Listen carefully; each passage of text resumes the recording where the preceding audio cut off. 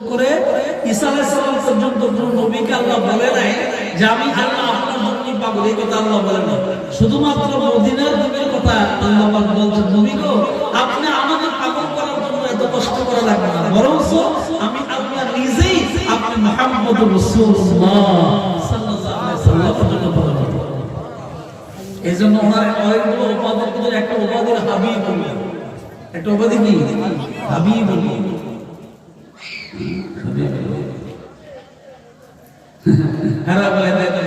খানা নিয়ে গেছে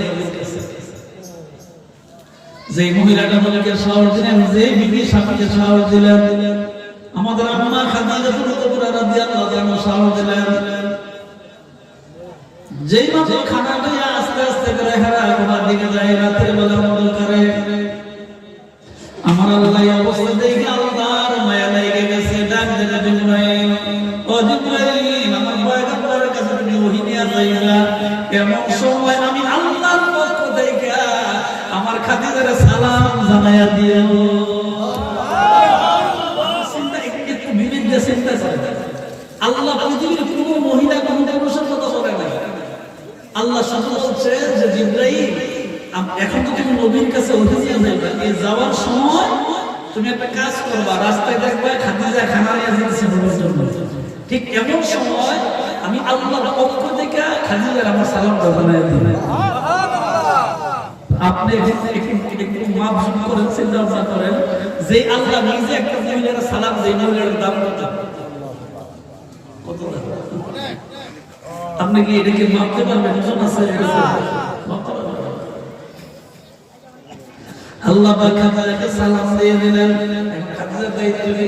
খাদিজা ডাকলে বলবো কোনো চিন্তা করতে হবে না, আমি খাদিজার যত সম্পদ আছে সব সম্পদ আল্লাহর নামে অর্প করে দিলাম। এই মসজিদ বানাইতে, মাদ্রাসা বানাইতে টাকা লাগে না? মনে করছেন কারে শুরু? আরে আমি কারে শুরু বোঝার জন্য মসজিদ করতে, মাদ্রাসা করতে টাকা লাগে না? প্রতি মাসে বেতন দেওয়া লাগে না? কিন্তু আপনি লাইনে চলে গেছেন, ঠিক কিনা? জলে আপনি কিসের চিন্তা করেন? ভয় পাবেন নাই। ইসলামের খেদমত করতে গিয়ে অর্থের যতগুলো প্রয়োজন হয়, আমি খাদিজার যত সম্পদ আছে সব সম্পদ আপনার মধ্যে দিয়ে দেব। আপনি খেদমত করতে দেখেন, সুবহানাল্লাহ বলে চিন্তা করে দেখছেন, মাওলার জন্য যে পাগল সেও মাওলার জন্য, নবীর জন্য যে পাগল নবীও তার জন্য। এটাকে বলা হয় ইশকে মাহবুবে খুদা জিস দিল মে হাসিল নেহি, ইশকে মাহবুবে খুদা জিস দিল মে হাসিল নেহি, লাখোं মিনহু মগার ঈমান মে কামিল নেহি, লাখোं মিনহু মগার ঈমান মে কামিল নেহি। এই জায়গা থেকে নবীর জায়গা না দেখতে পারো, তাহলে তোমার জিন্দেগির কোনো লাভ নাই, জিন্দেগি বরবাদ হবে, কোনো লাভ নাই। আও কিসের জিন্দেগি নিয়ে? এই জন্য আপনারা যে ওয়াসিয়ত করলেন, আমাদের রাসূলুল্লাহ আল কোরআনের আলো ঘরে ঘরে জানো, শুধু আল কোরআন চলে হাদিসের আলো কথা বলে। সুতরাং যেখানে থাকবে আল্লাহর নাম, ওইখানে থাকবে মুহাম্মদুর রাসূলুল্লাহ সাল্লাল্লাহু আলাইহি ওয়াসাল্লাম। চিৎকার দেয় সুবহানাল্লাহ। আরো সহজ কিছু যায়, এর চেয়ে সহজ কথা আমার কাছে নাই। তাহলে এই কিয়ামতের দিন আপনাকে যখন আল্লাহ বিচার করবেন, ওই সময় আল্লাহ ছাড়া ওই বিপদ থেকে উদ্ধার করার দ্বিতীয় আর কেউ থাকবে না। ওসিয়া কুরসিউস সামাওয়াতি ওয়াল আরদ, আল্লাহ পাক তার রাজ সিংহাসন কুরসি পর্যন্ত বসে থাকবেন এবং আপনাকে আমাকে সরাসরি জায়গা সামনে এবং প্রশ্ন করবেন। তখন আল্লাহ একটা আশ্বাস দিয়েছেন, আশ্বাসটা কি? আল্লাহ বললেন জিবরাইল আমার পয়গম্বরকে জানায় দাও, কিয়ামতের দিন তার মা বাবা, ছেলে মেয়ে, স্ত্রী পুত্র, স্বামী স্ত্রী, ভাই বোন কেউ কোনো কাজে লাগবে না, কোনো উপকার হবে না। ওই বিপদের দিন আমি আল্লাহ আমার আগে নবীর উম্মতদেরকে একটা আশ্বাস দিয়ে দিলাম, আমার বন্ধুর উম্মতরা হাসরের ময়দানে মিজানের পাল্লায় যখন দাঁড়াবে, পুলসিরাতের গোড়ায় যখন গিয়ে দাঁড়াবে, আমি আল্লাহ আমার বন্ধুর উম্মতের কাছে পাঠিয়ে দেব। খুব খেয়াল, যে নবীর মাদ্রাসা, এই নবীর কথা শোনেন, যে নবীর কাছে কোরআন নাযিল, যে কোরআনের কথা শোনেন, কিয়ামতের দিন নবীও স্বীকার করবে না। সমস্ত নবীরা বলবে এমুকের কাছে দাও, এমুকের কাছে দাও, খালি এমুক এমুকই বলবে। শেষ পর্যন্ত ঈসা আলাইহিস সালাম বলবে রে ঘুরে ঘুরে লাভ নাই, মুক্তি এক জায়গায়, মুহাম্মদ রাসূলুল্লাহ সাল্লাল্লাহু আলাইহি ওয়াসাল্লাম এক জায়গায় মুক্তি, ওইখানে যাও। সমস্ত নবীরা আমাদের নবীর নাম বলবে। তো নবীজি কি করতেন লোকা? এই যে আপনার ছেলে যে মাদ্রাসায় পড়ে, আপনার ছেলে যে মসজিদে নামাজ পড়ে, আপনার মেয়ে যদি আল্লাহ তাআলা কি লাভ হবে?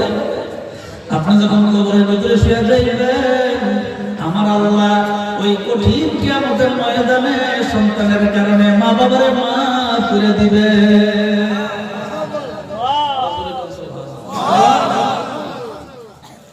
এই উপকার কারণ নববাসা আজকে কবরে শুয়ে বসে আমরা দোয়া করি আল্লাহ তাআলা ভুলত্রুটি মাফ করে দিবেন। তবে আমাদের একটা বিশ্বাস যে আল্লাহর ঘর নবীর করে খেদমত করার কারণে আল্লাহ তাআলা ওনাকে ক্ষমা করে দিবেন। আর দোয়া তো আমরাই করবো, আমার কোনো সন্তান নাই, ঠিক না? আমি তো বুঝছেন, তো দোয়া তো আপনারাই করবেন, আমরাই করবো, আর কে করবে?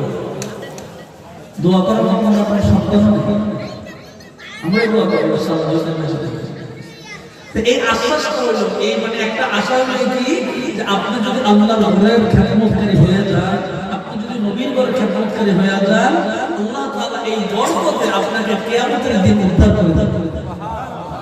এই আশ্বাস কি দেওয়া যায় না? এই ভরসা কি আল্লাহর উপর করা যায় না? দরকার আছে না নাই? সেই নজরে করে কোরআন নাযিল হইলেন, যে কোরআনটা মাদ্রাসায় পড়া হয়।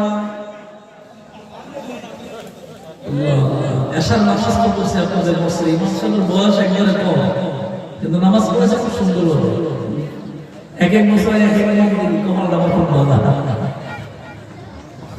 খুব ভালো লাগছে। বয়স একেবারে কম কিন্তু ভালো লাগছে নামাজ পড়েছে। আলহামদুলিল্লাহ, আল্লাহ তাআলা হায়াতে বরকত দান করুন। বলেন আমিন, জোরে কোন আমিন। আল্লাহ পাক জিবরাইল রে কোরআন লয়া যাও, জিন্দা কোরআন। দেখি কোরআন জিন্দা কোরআন, কেমন জিন্দা? আপনি তেলাওয়াত করবেন, কিয়ামতের দিন আল্লাহর দরবারে কোরআন গিয়ে বলবে যে আব্দুল করিম আমার তেলাওয়াত করছিল, আমি সাক্ষী, ওটা মাফ করে দাও। সুবহানাল্লাহ। কিয়ামতের দিন আপনার পাশে কোরআন গিয়ে দাঁড়াবে, কোরআন বলবে, এখন কথা কয় না তো, কিয়ামতের দিন কথা বলবে, তখন বলবে যে আমার তেলাওয়াত করছিল আল্লাহ, আমি সাক্ষী, আপনি মাফ করে দেন। লাভ আছে না নাই? এখন আপনাদের বিবেকের কাছে একটা প্রশ্ন, মনে করেন আপনি কোরআন পড়তে জানেন না, মানে আপনার এরকম পড়ালেখার সুযোগ ছিল না, পারেন না, এখন আপনি কি করবেন? মসজিদ এবং মাদ্রাসার ভিতরে যেখানে কোরআন তেলাওয়াত হয়, একটু অল্প সময় মনোযোগ দিয়া হাফেজ সাহেবের পাশে বসে, ছাত্রের পাশে বসে কোরআন তেলাওয়াত শুনলেন। ওই ব্যক্তি তেলাওয়াত করে যত সওয়াব পাবে আমার আল্লাহ মনোযোগ দিয়ে শোনার কারণে আপনার আমার আমল-নামায় সওয়াব দান করবে। এই কাজটা করা যাবে না ইনশাআল্লাহ? এই কাজটা করা যাবে। আমি পড়তে জানি না, সমস্যা নেই, আমার পড়ার সুযোগ নয়, তোমার আমল হয়তো দূর ছিল না, বক্তব্য ছিল না, কিছু ছিল না। হ্যাঁ, এই যে আপনাদের এই গ্রামের যাকে নোয়াপাড়া হুজুর বলে, নোয়াপাড়া হুজুর এই মুর্শিদ সাহেবের আশা না, মুর্শিদ সাহেব আমরা ছোট ভাই মৌসিদ বিদেশে থাকে, মৌসিদ আমার ক্লাস করছে, আমরা দুজন একই ক্লাসে চর্চা করছি, পরে আমি ঢাকায় চলে গেছি, হয়তো বিদেশ গেছে, সেটা ভিন্ন কথা। তো এই জায়গায় সর্বপ্রথম পাঞ্জাগানা মসজিদের নামে ছোট্ট একটা মসজিদ করা হয়, পাঞ্জাগানা মসজিদ। কিন্তু আজকে না পড়া হলো আমার নজর নাই, মসজিদ মশাল সুন্দর আছে, সওয়াব তুমি কবর থেকে পাইতে আছে। সুবহানাল্লাহ। আপনি যদি মসজিদ মাদ্রাসার সম্পর্ক থাকে, আপনি সওয়াব পাইতে থাকবেন। আমার বন্ধুরা, আপনারা অনেকে জানেন যে আমার অত্যন্ত কাছের একজন বন্ধু আছে আমাদের গ্রামে, আলী হোসেন মোশাররফ হোসেন আলী, আব্বা নাম ছিল নুরুল ইসলাম মেম্বার সাহেব। আমার সন্তানের মতো বলতো, আমি যত বাইচাচ্ছি বাইচার মধ্যে বলবো, উনি আমার জিয়া বলতে গেছে।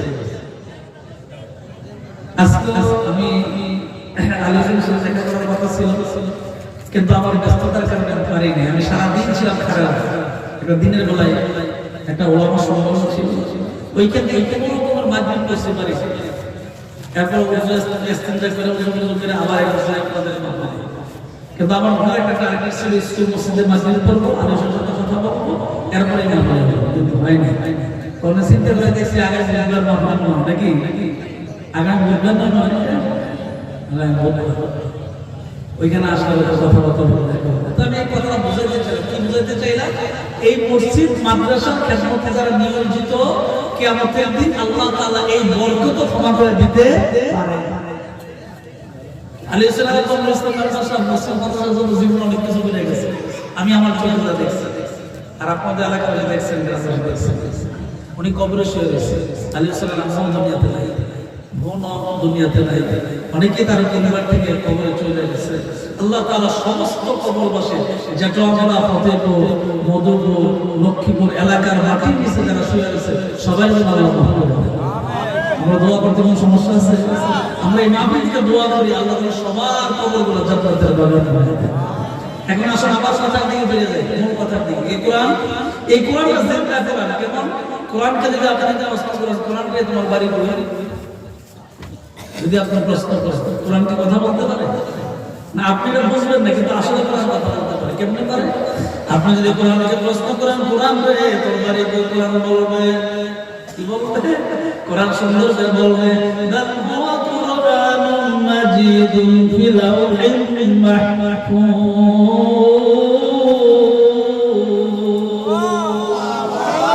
কোরআন স্পষ্ট করে বলে দিবে তোমার বাড়ি যত বড়, আমার বাড়ি লাউহিন মাহফুজ। এখন কোরআনকে যদি আপনি প্রশ্ন করেন, তুমি তোমার কাজ কি, তোমার কাজটা কি? কোরআন সুন্দর করে বলে দিবে, মিনাজ যুলমাতি ইলান নূর। কোরআন স্পষ্ট বলে যে আমার দায়িত্ব হলো মানুষকে অন্ধকার থেকে আলোর পথ দেখানো। আমার কথা না, বলার কথা আরো জোরে কোন কার কথা? এখন কোরআনকে যদি প্রশ্ন করেন, তুমি যে আলো দাও, তো তুমি এই পৃথিবীতে আসছিলে কবে আসছিলে?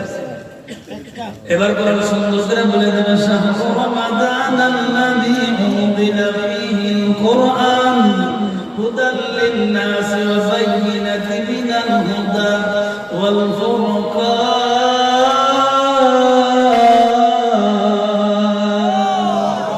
জবান খুলে আরেকবার আল্লাহু আকবার। কোরআন বলে দিবে আমি রমজান মাসে পৃথিবীতে নাযিল হয়েছি।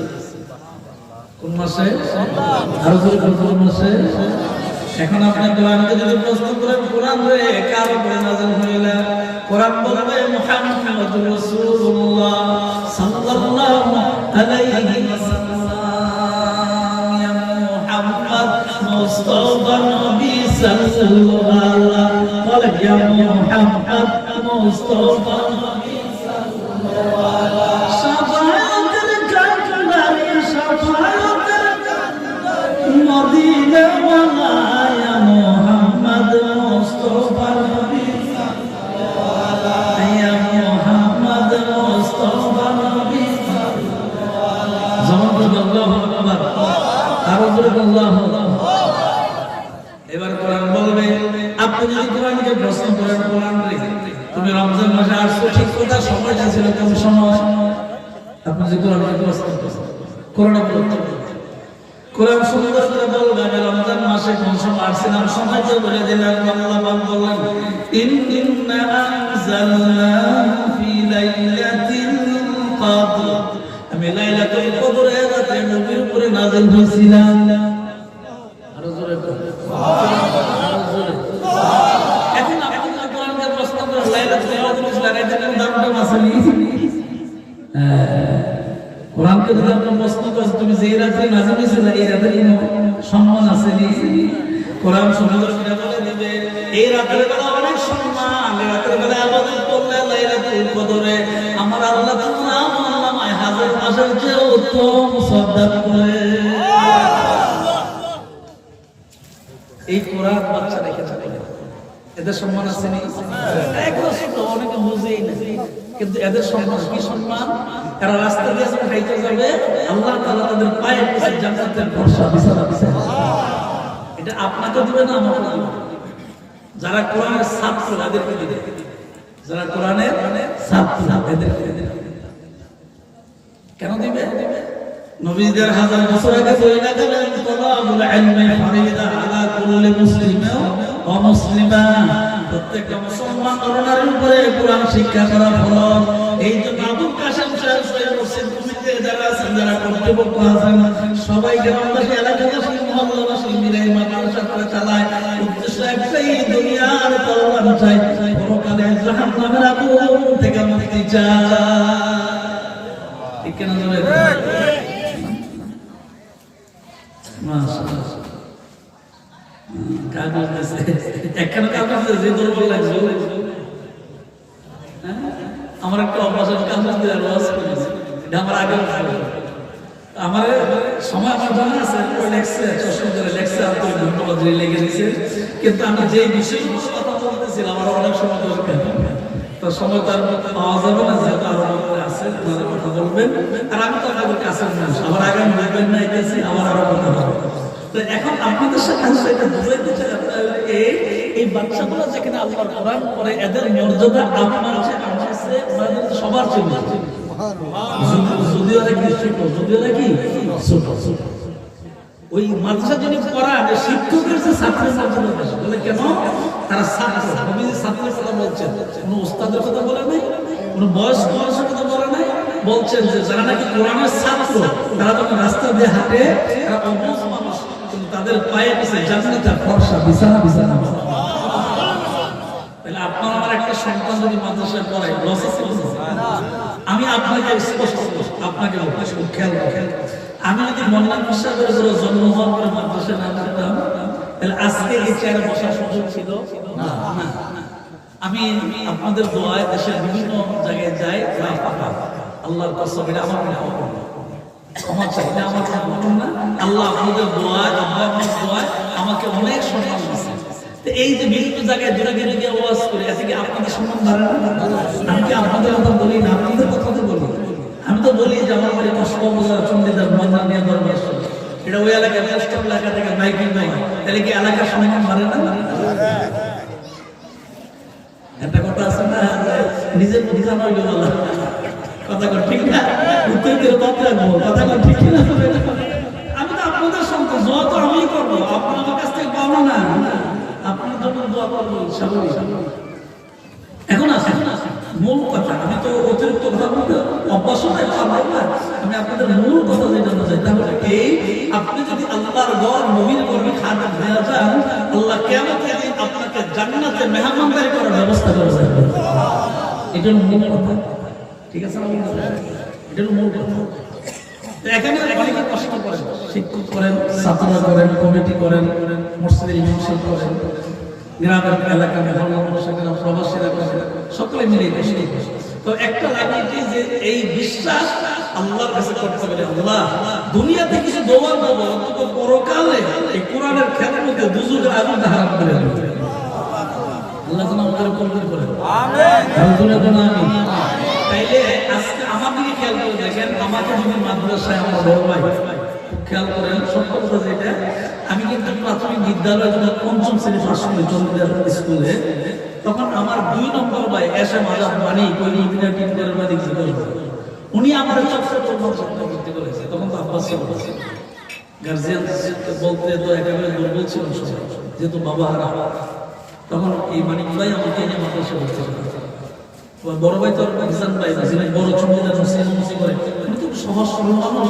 আর উনি তখন বাড়িতে ছিলেন কুমিল্লা থেকে, উনি বেশিরভাগ সময় কুমিল্লা কাটাইছে। আর কসবা বন্ধুলি একটা মসজিদ আছে, বন্ধুলি গ্রাম আছে না, সারাটা জীবন এখানে কাটাইছে। কুমিল্লাতে আইয়া সরল মানুষ, এত কিছু এখনো তো বুঝে না, সহজ সরল মানুষ। মানিক ভাই আমাদেরকে পুরো পরিবার সংসার চালাইতে উনি দেখছেন, উনি আমাকে নিয়ে ভর্তি করেছে। আল্লাহ বলছেন ওয়াবতাগু ইলাইহি ওসিলা, তুমি ওসিলা করো, দেওয়ার মালিক হয়ে যাবে। আর সুবহানাল্লাহ বলে তো, আচ্ছা বলে তো, আজকে যদি আপনি এই আয়োজনটা না করতে পারতেন, আমি কি এতগুলোর কথা কোনো হাদিসে বলতে পারতাম? তাহলে লাভটা হলো কি, যে আমি বললাম আপনারা শুনছেন, আমারও সওয়াব হলো, আপনাদেরও সওয়াব। আপনি ইচ্ছা করলে বাড়িতে আরামে বিছানা ঘুমাতে থাকতে পারতেন, কত সুন্দর আরামের বিছানা, হ্যাঁ? কিন্তু এটা করে কেন করেন নাই? যে একটা কোরআনের বাগান আমি যাই, হইতে পারে আজকের এই কোরআনের বাগানটা আমার জীবনের জন্য শেষ বাগান, ঠিক কেন? কালকে ফজরের সময় মাইকে আলাপ হইতে পারে, প্রফেসর মান্নান আর দুনিয়ায় হেলাই হেলাই কাটাইলা জিন্দেগি হেলাই হেলাই কাটাইলা জিন্দেগি সময় থাকতে না করিলা বন্দেগি সময় থাকতে না করিলা বন্দেগি কোরআন আর কোরআনের মর্যাদার বিষয়ের উপরে আমার বিষয় দেওয়া হয়েছে এই জন্য কথা বলবো আরেকটা বিষয় আমাকে লিখতে যে মাশাআল্লাহ লম্বা দেখছে কাছের মানুষ তো মায়া করে দিছে হ্যাঁ আজকে কথা কথা বলা লাগে কিছু কথা না বললে আপনারা বুঝবেন না আজকে এই তারিখে আজকের তারিখে আমার কুমিল্লা যাত্রা পড়াশোনা করে যাত্রা করে একটা গ্রাম আছে কাছে যাওয়া হচ্ছে অনেক অনেক আমি আপনাদেরকে যদি ভালো না বাসতাম তাহলে আপনাদের মোবাইলটা কাটতে আমি বড় মোবাইল রাখতাম ওইখানে গেলে হাতিয়ে কিছু বলবো আমি জানি আর টেহাকে দিতে লাগে আমি দিই কথা কিন্তু আমি কেন করি নাই আমি ওনাদেরকে বলছি মানে আমার পুরাতন অনেকটা হয়ে এলাকা হয়ে যায় পুরাতন মানুষ তো আমি বলছি দেখেন আমি কোনোদিন ওয়াদা খারাপ করি না আমি স্পষ্ট ডায়েরিতে দেখছি যে 21শে ডিসেম্বর যেটা আমার ভাই তুমি জানো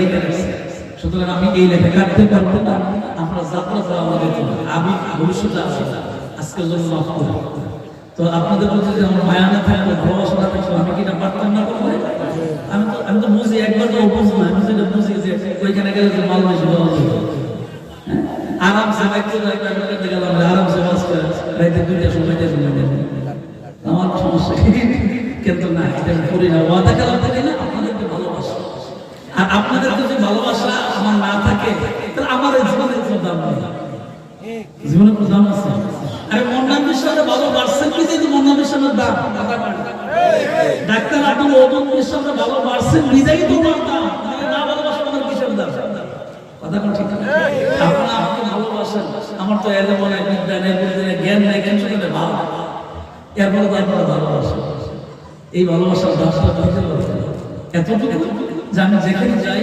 আমার এলাকার জন্য আমার প্রিয় মানুষগুলোর জন্য সব জায়গায় এই ভালোবাসা থাকে আর আল্লাহ কাছে এই দোয়া করি যে এলাকায় আপনারা যেরকম ভালোবাসেন আল্লাহ যেন কিয়ামতের দিন হাসরের ময়দানে একই জান্নাত জান্নাতে বসবাস করবেন আমিন বিষয়টা সেদিকে কথা ছিল পিতামাতার খেদমত বিষয়টা অনেক লম্বা তো পিতামাতার খেদমতের বিষয়ে আমি আপনাদের অতীত কিছু কথা বলেছি আজকে শর্ট করে হুজুর চলে আসবেন শর্ট করে কথা বলতে হবে এই আল্লাহ পাক বলছেন বান্দারে তুমি তোমার মা বাবার সঙ্গে এমন কোনো ভাষা ব্যবহার করো না যে কথাটা বললে খুব শব্দ করবে এইরকম কোনো কথা বাবার সাথে বললো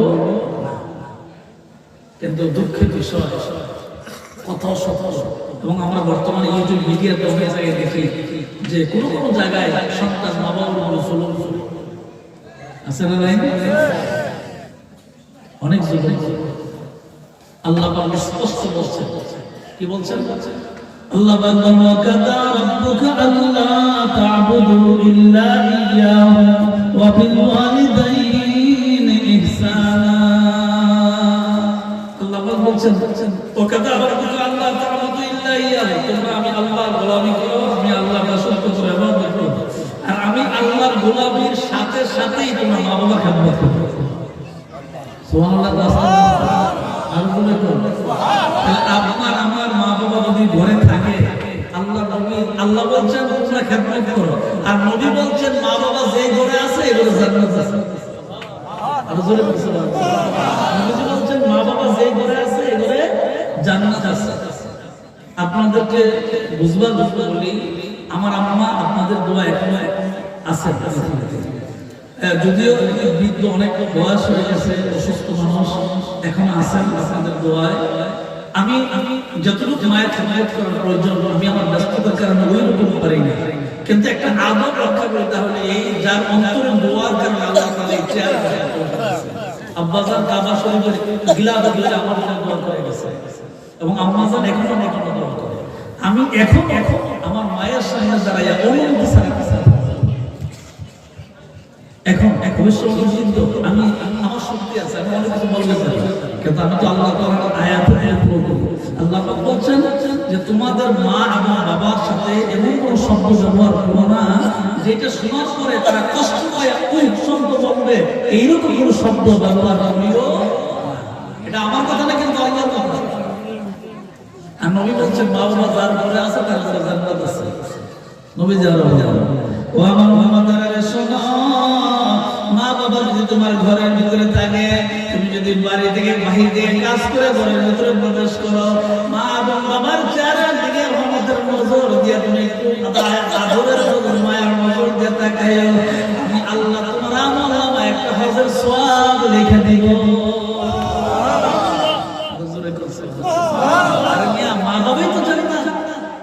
আবার নবীজি আরেকটা হাদিসে বলেছেন, মা বাবা জানে বলে কেমনে, যদি তারা কষ্ট পায়, কষ্ট পায় দোয়া করে আপনার জন্য কোনো ইবাদত, কোনো বন্দেগি, কোনো দান সব কিছু কাজে লাগে, সব পাওয়া। আমার কথাটা কি সাহাবীরা জিজ্ঞাসা করে, ইয়া রাসূলুল্লাহ, আল্লাহর নবী গো, যদি আমি আম্মা এবং আব্বার দিকে দুইবার তাকাই তাহলে কি দুইটা হজের সওয়াব হবে? নবীজি বলছেন হবে। আরেক সাহাবী ডাক দিয়ে, নবী গো, আমি যদি দৈনিক 100 বার দয়ার নজরে আমার আম্মা আমার দিকে তাকাই তাহলে কি 100টা কবুল হজের সওয়াব লেখা হবে? আল্লাহ নবী ডাক দিয়ে বলে, উম্মতেরা রে, আমার আল্লাহ বলে দিয়েছেন, যদি মা বাবার দিকে সন্তানের সুনজর থাকে, 100 বার তাকাইলে 100টা কবুল হজের সওয়াব লেখা হবে। এই যে তোমরা সন্তান যারা আছে তাদেরকে বলে কখনো মা যদি না থাকে কবরের পাশে গিয়ে দোয়া করো, বাবা যদি না থাকে কবরের পাশে গিয়ে দোয়া করো। মা বাবার একজন থাকে বলে প্রাণ করে খেদমত করবে। বাজার থেকে খেজুর, আপেল, আঙ্গুর এনে তাদের কাছে খাওয়াইবে। আল্লাহ তাআলা তোমার কামাইয়ের রুজির মধ্যে বরকত দান করবেন। মাশাআল্লাহ, বক্তা চলে আসছে। আপনাদের কাছে আমার একটা দাওয়াত, তাহলে এই আগামী 21শে ফেব্রুয়ারি, কত ফেব্রুয়ারি? আগামী 21শে ফেব্রুয়ারি 2025 রোজ শুক্রবার আমার আব্বাজানের মাহফিল। আপনাদের সকলের অগ্রিম দাওয়াত। সময় হইলে পোস্টার ছাপানো হবে, মাইকিং করা হবে। আব্বাজানের মাহফিলের দাওয়াত দেওয়া হবে 21শে ফেব্রুয়ারি 2025 রোজ শুক্রবার চণ্ডীদার মন্দিরে দরবার শরীফে ইসলামের মাহফিল। আপনাদের সকলের দাওয়াত রইল ইনশাআল্লাহ। আমি যদি বুধবার পর্যন্ত বেঁচে থাকি বাকি কথা বলি ইনশাআল্লাহ। যত আমরা তাকওয়া হাফিজি মাদ্রাসা যেটা মরহুম ইসলাম মেম্বার সাহেব বলে গেছে, আলী হোসেন সাহেব পরিচালনা করতেছেন, আমি এখানে আপনাকে দেখা হবে ইনশাআল্লাহ। দোয়া চাই, দোয়া করবেন। একটু দরুদ শরীফ পড়েন, আল্লাহুম্মা সাল্লি